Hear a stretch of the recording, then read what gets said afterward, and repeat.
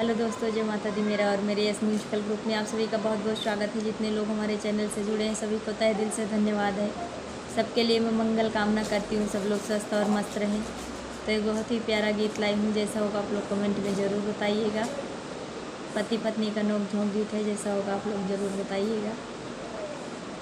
हो तनी बेटवा का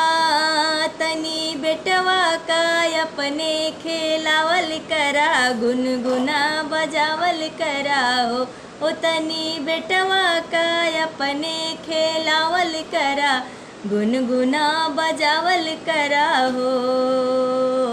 तोहर मम्मी ना खिलाव, तोहर पापा ना खिलाव, तोहर मम्मी ना खिलाव, तोहर पापा ना खिलाव, पिया काहे पे हो पिया काहे पे मोहना फुलावल करा, गुनगुना बजावल करा हो पिया काहे पे मोहना फुलावल करा, गुनगुना बजावल करा हो तनी बेटवा का अपने खेलावल करा, गुनगुना बजावल करा हो। तोहर भैया ना खिलाव, तोहर भाभी ना खिलाव, तोहर भैया ना खिलाव, तोहर भाभी ना खिलाव, पिया कंधवा बैठाई के खिलावल करा, गुनगुना बजावल करा हो।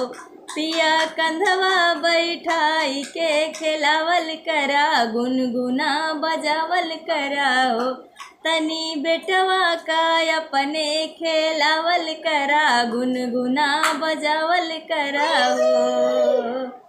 छोटका देवर ना खिलाव, छोटकी ननदी ना खिलाव, छोटका देवर ना खिलाव, छोटकी ननदी ना खिलाव, पिया सथवा माँ पिया संघवा माँ हथवा बाटावल करा, गुनगुना बजावल कराओ।